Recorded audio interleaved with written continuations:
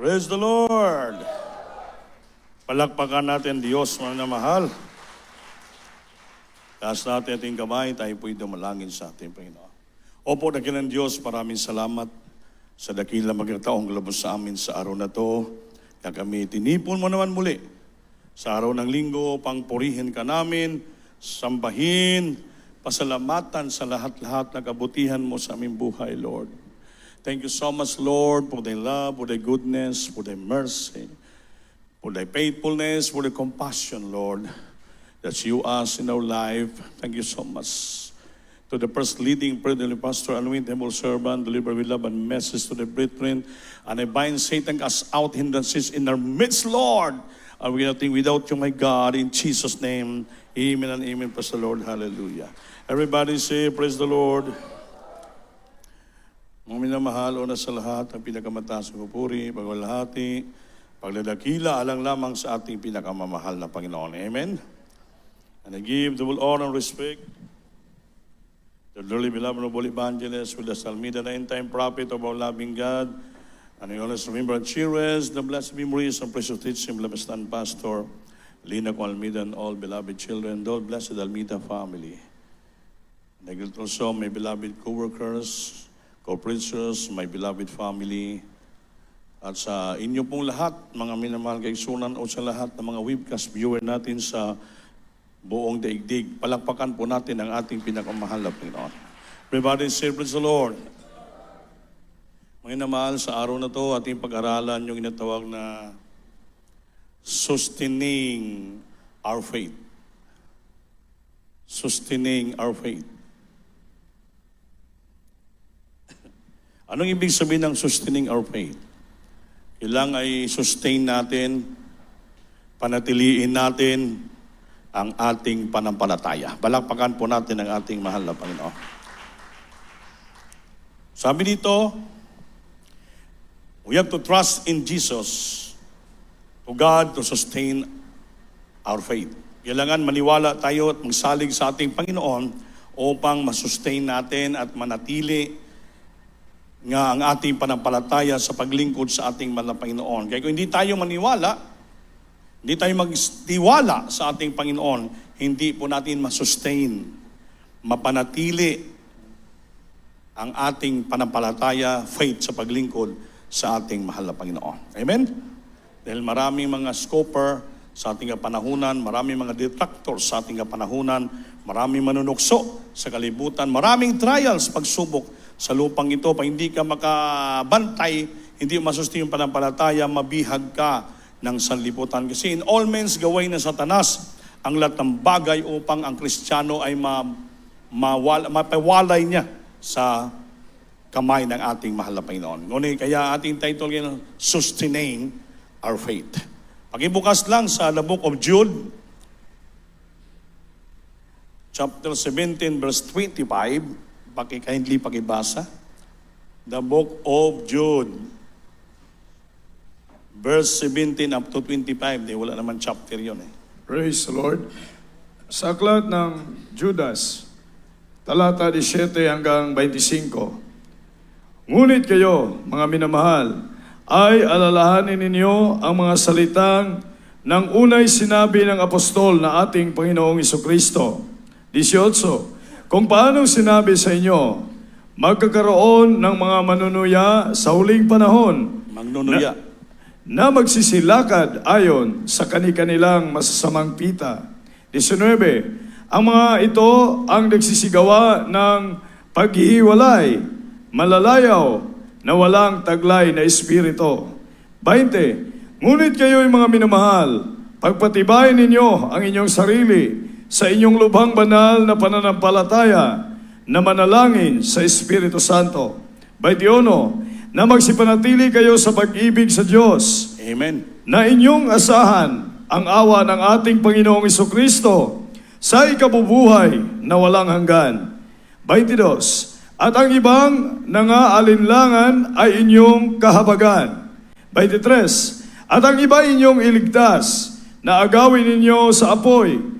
At ang iba inyong kahabagan na may takot, na inyong kapuutan pati ng damit na nadungisan ng laman. 24. Ngayon doon sa makapag-iingat sa inyo mula sa pagkatisod at sa inyo'y makapagharap na walang kapintasan na may malaking galak sa harapan ng kanyang kaluwalhatian.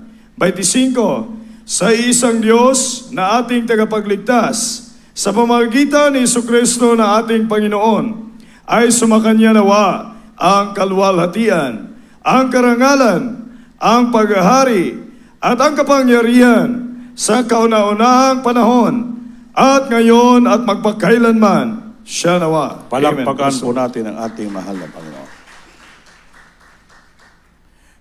Basahin natin ulit ang ating memory verse sa 20. Ang ating memory verse ay sa 20 and 21. Praise the Lord.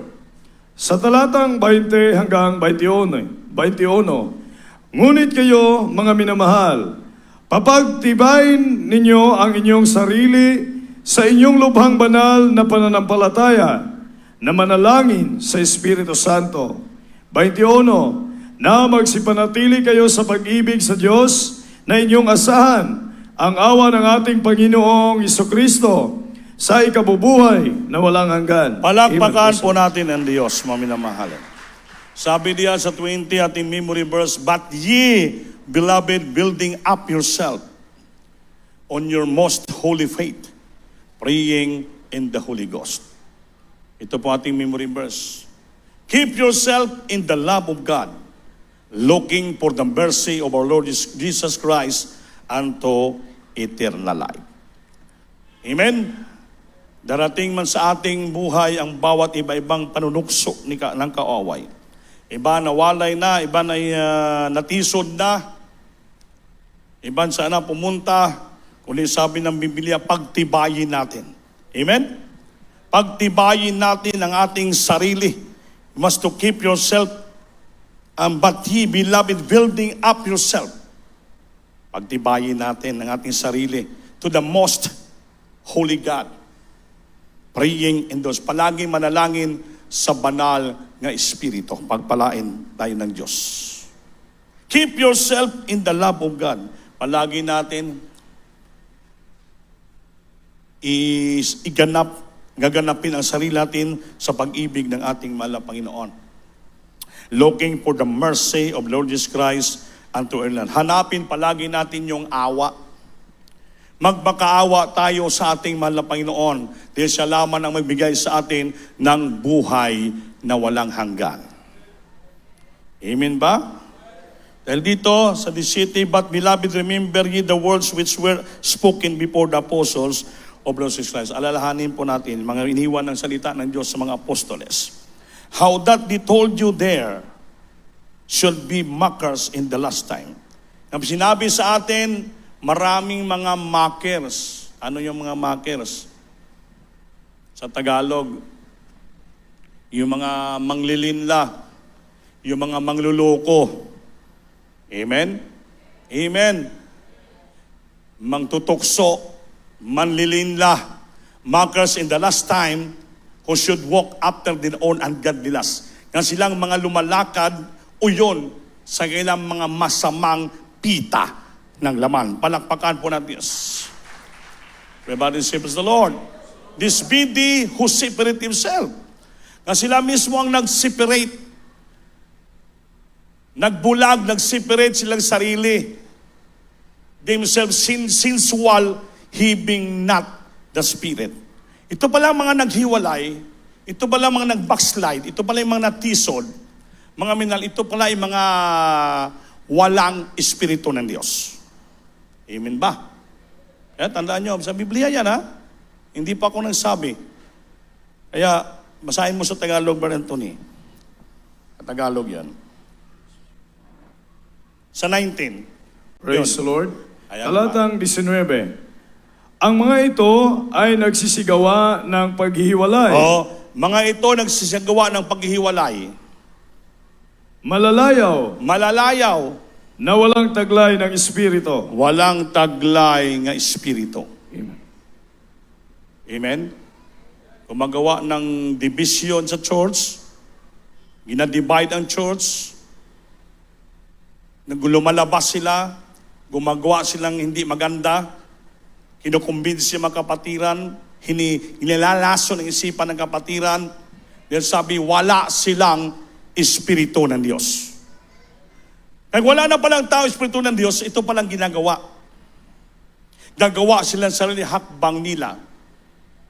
Sila po'y maghiwalay, sila po'y mag-separate, gagawa sila ng sariling ila, sariling doktrina, sariling patakaran, mga minamahal, gumagawa sila. Bakit po? Dahil wala na silang banal nga Espiritu. They are not guided by the Holy Spirit. Kaya ang tao pag guided ng Holy Spirit, ang tao na puno ng banal ng Espiritu, siya ang lahat ng lakad niya po ay guided ng ating mahal na Panginoon. Manatili siya, sabi niya, sustain niyang panampalataya niya. Kahit grabe pa ng pagsubok dumating sa buhay niya, grabe pang lilinla ng kaaway, grabe pagsulay, intriga sa buhay niya dito, mga istorya na dungog niya, siya po'y manatili, magpabilin sa ating pinakamamahal na Panginoon. Bakit po? Ang banal na Espiritu nasa puso niya. Everybody serves the Lord.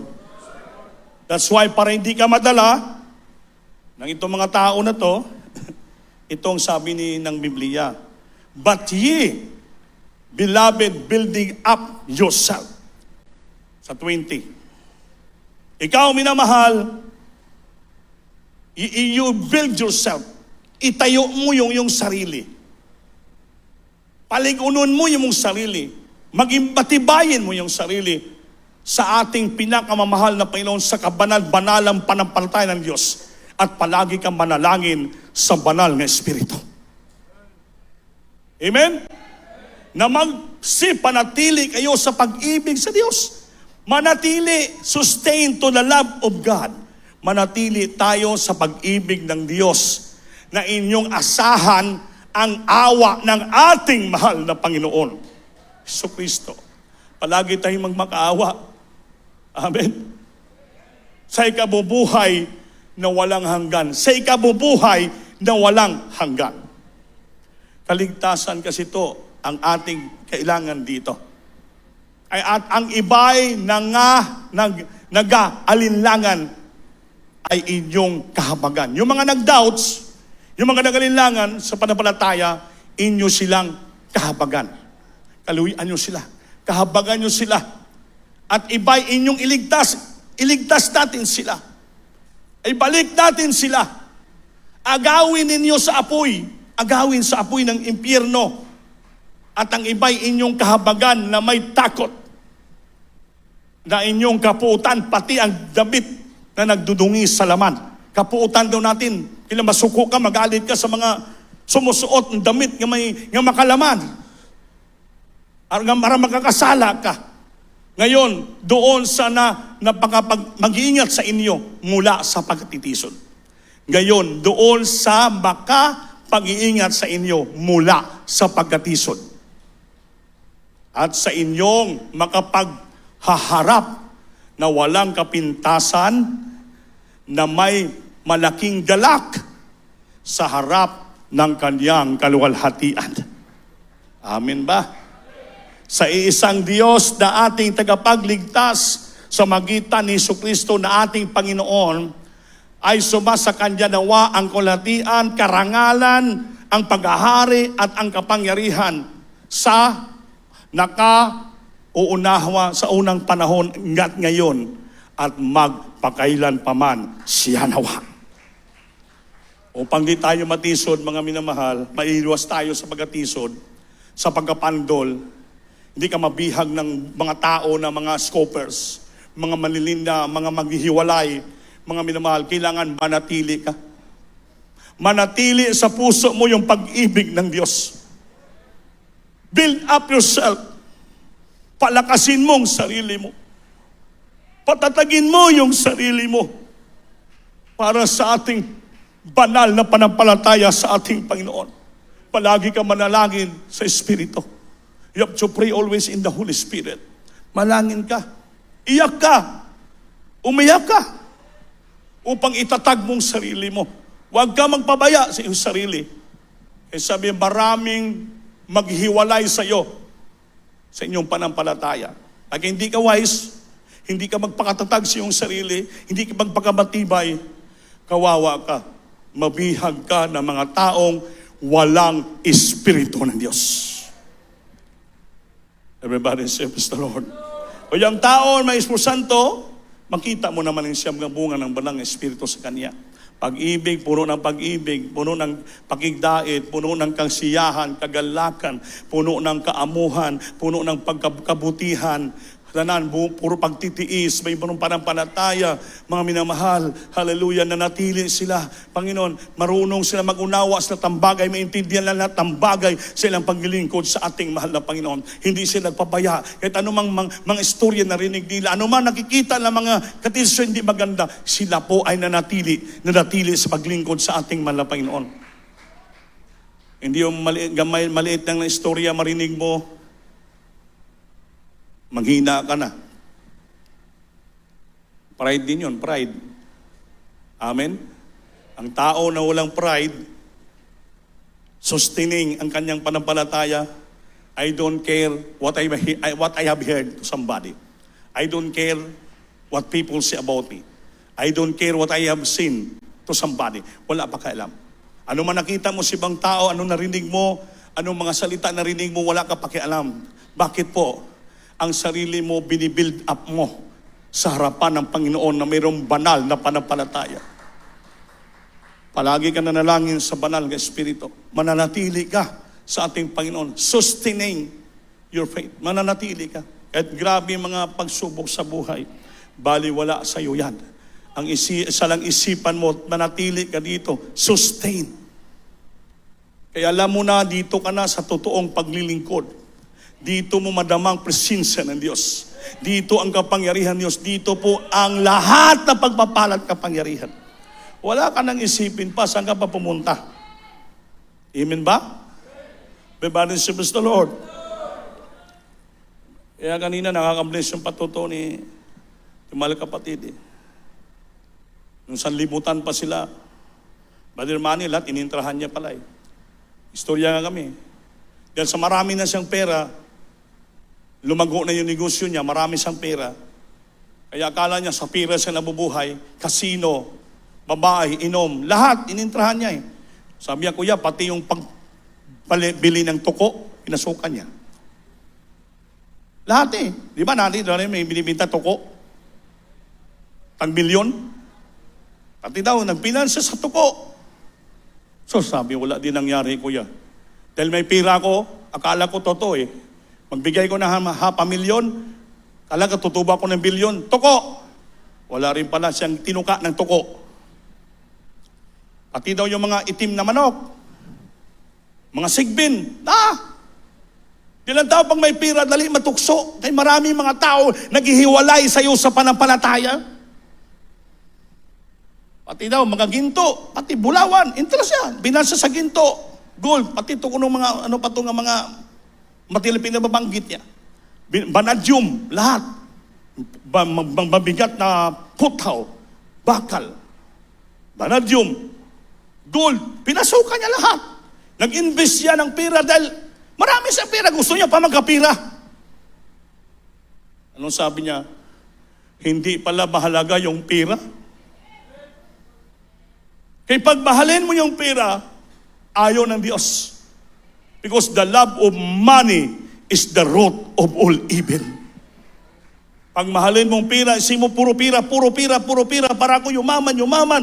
Hindi kontento na gatos lang. Gusto milyon, di pa gusto ng milyon, bilyon, trilyon, 3 trillion. Ano pang klase yan? Kaya pagdating ng Panginoon, babagsak ka ng Diyos.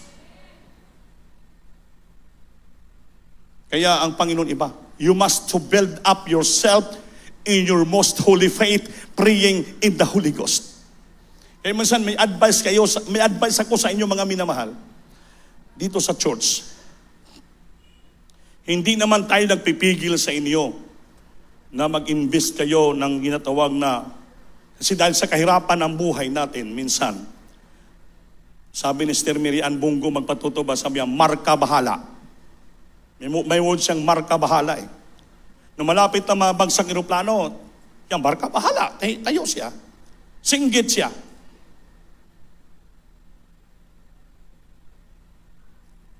Hala malubog, eroplano. Pero ang Diyos, tinabangan siya. Siya ng Kristiyano, puro marka bahala. Kapit sa patalim, baga, kapit sa patalim. Mamasin. Amen? Baka naman maging tinuod ng bulawan, basi may tinuod ng ginto, basi maging tinuod ng tuko, maging tototong kapa. Marami. Basi tototong takyubo, basi maging tinuod ng anong parada. So ang tao nag-invest, lahat ginagawa, kaya ganon, naningkamot para makapira.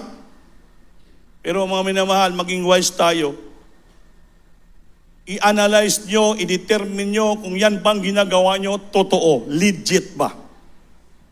Kaya baka mamaya, sa kahirapan ng buhay natin, bumigay ka pa ng pera, nag-finance ka pa, pagkatapos hindi pala totoo, imbis yayaman ka, pagpapala ang matanggap mo, lalo ka maging pobre, maghirap. Mapiktuan pang paglilingkod mo sa Diyos. Baka mamaya, yung tax na piring mo pa, igagastos mo pa doon, ipinans mo pa doon, kaya sabihin mo, sa Panginoon naman to. Tax na piring ko, Lord, bahala ka na. Kaya ito, pag ang tax na piring ko, ibig ibigay sa church, doon ipinans. Dahil ang expectation niya, bilyon. Sobra pa ibalik ko sa church. Kahit bibilhin ko pang lupa. Yan ang mga strategy ng kaaway. Kahit magpatayo pa ng simbahan. Iba dyan, bibili ako ng maraming buses. Patayo ako ng malaki pa sa SM. Maraming plano eh. Bibili ako ng maraming Pajero. Terrible, hindi basta-basta. Bili ako ng 30 ka mga buses sa kapatiran. Wala namang kasya yan. Maparkingan. Minsan hindi masama yung inaisip natin na plano. Pero mga minamahal, bantayan natin. Base hindi na kalooban ng Diyos ang iniisip mo. Beloved, building up yourself on your most holy faith. Praying in the Holy Ghost. Kaya magbantay tayo sa gawa ng kaaway. Lalo na araw ng preaching, oras ng preaching, imbis makinig, lalabas. Mag-standby sa labas, hindi makinig ng preaching, delikado po yun. Yung Holy Spirit, lalabas sa puso mo. Di wala kang respeto sa pakinig ng salita ng Diyos. So, manglamig ka, manghina ka, pasukan ka ng kaaway. Di kumpiyansa ka. Kumpiyansa ka. Dahan-dahan, binibira ka ng kaaway. Sabi lang, yung mga taong naghihiwalay, yung mga taong gumagawa ng kasamaan, sila lahat walang banal na espiritu. Hindi na sila guided ng banal na espiritu. Tanda natin yan. Ang mga ito, nagsisigawa ng paghihiwalay. Balalayaw na walang taglay na espiritu. This be the who separate themselves. Sila mismong nagsiseparate ng sarili. Sila mismong lumalayo sa Diyos. Sila mismong lumalayo sa banal ng Espiritu. Sila mismong lumalayo sa kalooban ng ating mahal na Panginoon. Kaya mga mahahalay, malalayaw ang ilang mga iniisip. Sabi ng Biblia, wala silang Espiritu. Kaya mag-ingat kayo sa mga kapatiran ng katabi nyo. Kaya titingnan mo yung katabi mo dyan.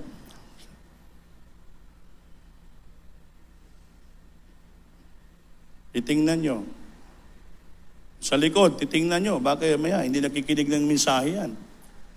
Puro lang na istorya. Brad, malapit na ako magmilyonaryo. Malapit na ako magbilyonaryo. Si Brother Andy, hampasin ko ng pira sa mukha yan. Palagi lang mag-preaching, ako tinatamaan. Pag magbilyonaryo ako, pakainin ko ng pira yan. Yun, delikado na. Yung mga ganyang salita, sabi niya, walang espiritu ng Diyos. Amen ba? Hindi po ko nagsalita niyan. You know, this be they who separate themselves, sensual, having not in the Spirit. May Bisaya ka ba dyan? Parang klaro siguro sa Bisaya ni. Amo ni, nana, Bisaya na. Mao kini sila ang naghimo og mga pagbahin-bahin. Mga taong kalibutanon. Wala magbaton sa Espiritu.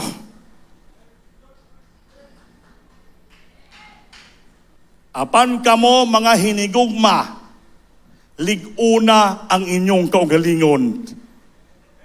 Diha sa inyong labing balaan nga pagtuo. Mag-ampo diha sa Espiritu Santo. Pabilin kamo diha sa gugma sa Dios. Samtang magpaabot kamo nga maikagikon gayon sa kaluoy sa atong Ginoong Kristo ngadto sa kinabuhing dayon sa langit. O kaluyin ninyo kadtong mga nagduwa-duha. Luwasan ninyo ang uban pinaagi sa sakmit kanila gikan sa kalayo. Wao na to sa kalayo, sa impyerno. Ang uban kaluin ninyo, uban sa kahadlok. Dumtan bisan pa ang biste nga mabulingan sa iyang lawas. Dapat magpakabalaan kita paglingkod sa Diyos. 24 Karon ngadto kanya nga may gahom sa pagbantay kaninyo gikan sa pagkapukan. Og sa pagpasundayag kaninyo nga walay buling diha sa atubangan sa iyang himaya uban sa dakong kalipay. Munang ginapaabot nato mga minamahal, ngadto sa bugtong nga Dios nga atong mangluluwas pinaagi kay Jesucristo nga atong Ginoo ang himaya, pagkahalangdon, pagmando o kagahom sa wala pa ang tanang kapanahunan o karon sa hantod sa kanturan. Amin. Palakpakan po natin ang ating Diyos. Mga minamahal, klaro ang balaan ng kasulatan. Hindi tayo makaikyas, makatago sa Diyos. Alam ng Panginoon ang bawat puso ng Kristiyano niya sa loob. Amen.